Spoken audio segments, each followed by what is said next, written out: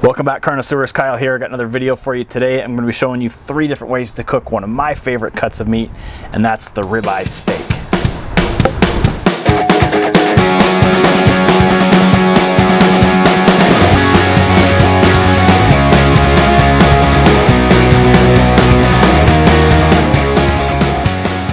So today I've got 3 USDA choice grade bone-in ribeyes, and I'm going to be showing you 3 techniques that I found work really well to prepare and cook these steaks. The first one, we're going to do a classic sear at both sides to a medium rare.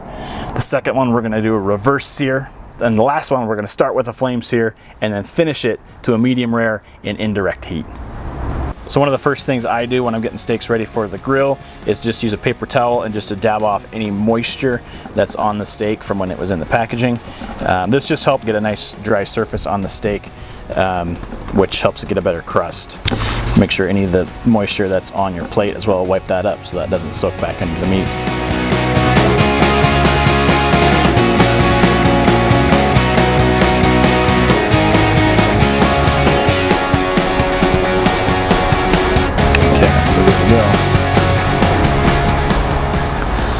So what I do about 40 minutes before I'm going to put the steaks on the grill is I go ahead and I season them with a kosher salt. This is a coarse ground salt. You want to go pretty heavy with it. This isn't for flavor. This is actually to draw out some of the moisture that's close to the surface of the steak here. Again, just helps it get a better crust.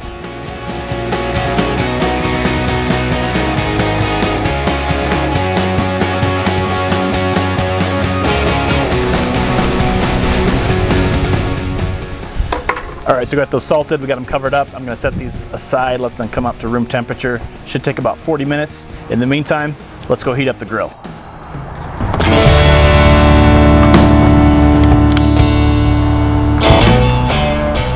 Using the vortex insert with some charcoal going in there.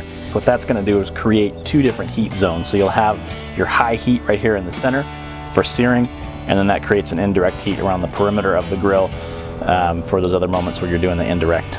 If you don't have a vortex, the standard charcoal baskets that come with the Weber grill work great as well. If you're using a gas grill, you can do the same thing. Just turn the burner on one side of your grill, leave the rest of them off. That way that becomes your heat zone and the rest of it becomes your indirect zone.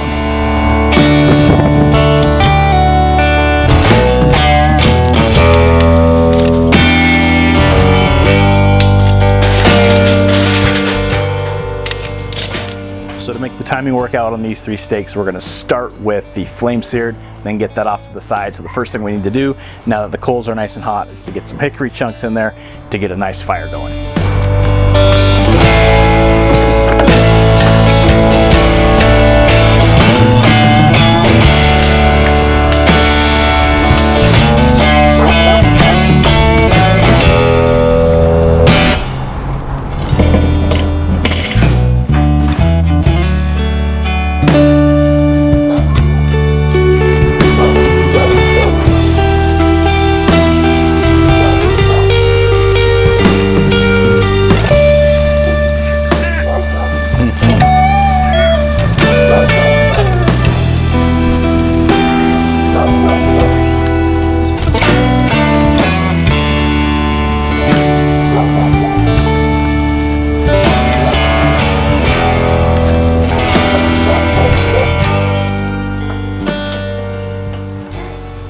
All right, we got that flame grilled steak pulled off to the side there. I've got the reverse sear steak on the grill. We're gonna close the lid and let those guys come up to temperature.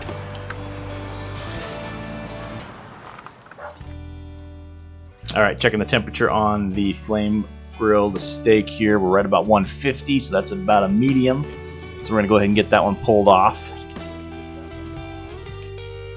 And then checking the temperature on the reverse sear steak, we are right at 130. So perfect temperature to get that seared up.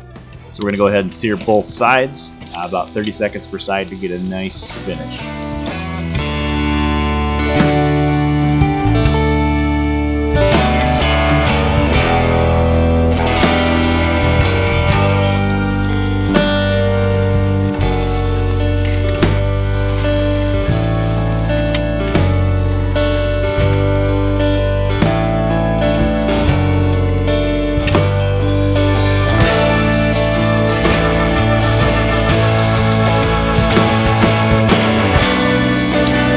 Now we've got the third steak on there. Go ahead and sear that about 3 minutes per side.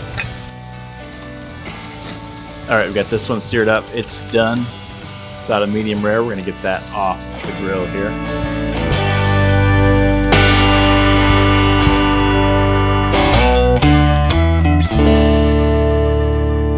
All right, so we got these steaks off the grill. They've been resting for about 15 minutes. I've got them covered up here.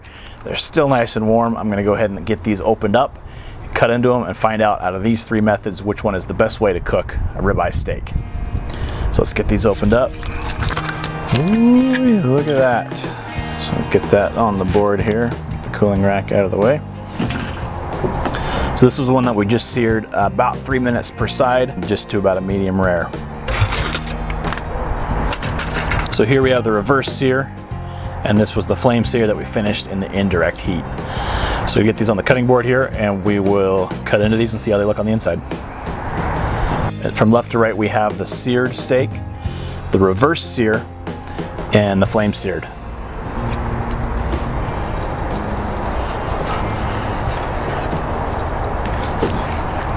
With a bone there. This was the steak that we seared about 3 minutes per side. You can see it's a little bit lighter color on the outside, pretty pink all the way through, medium rare for sure. Not a very distinct crust on it, as you can see. That was seared at a little bit lower temperature than the other two. So here we've got the reverse seared steak. Cut into that one. That one looks a little bit darker. Let's get another cut where there's not so much fat there. A little bit darker on the inside. You've got a little bit more difference between the center and the crust. All in all, looks pretty good. And lastly, we've got the flame seared steak. This is the one I'm most excited about here. Let's cut that one open. Again, get a little bit deeper away from that fat. This one you can smell. This one smells really good. All these smell really good. Just similar to the reverse here, you get a nice pink middle with the good crust on the outside. All right, moment of truth. We're gonna do a taste test here. I'm gonna get a little bit of salt on the board here. We're gonna start with the seared steak here. This one out of the three is probably the rarest in terms of doneness. A little salt on it. That's pretty good. Not a lot of flavor other than just the beef flavor, which is great. Taste the beef, taste the salt. So let's move on to the reverse sear. Cut a little smaller piece of that off there. This one's a pretty good medium rare. In terms of color, the outside of this one was the reddest. More brown, more dark. This one's pretty red. That one's got a good smoky flavor. Real tender, consistent flavor throughout. That one's really good. All right, and the last one here, the flame seared. As far as appearance goes, this one's got the best grill marks. This one looks great. Nice brown and black contrast there. Cut another piece of this off here. For that piece right there. That one's really good.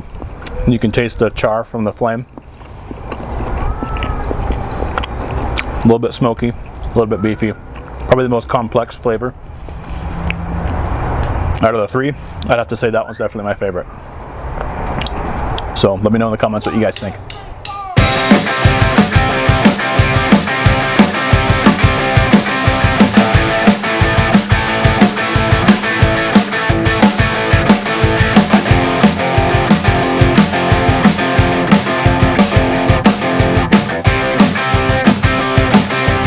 Connoisseurs, that's it for today. Thanks for watching the 3 ways to cook a ribeye steak video. Don't forget to like, comment, and subscribe. And remember, the only bad barbecue is no barbecue. So get out there and cook something. We'll see you next time.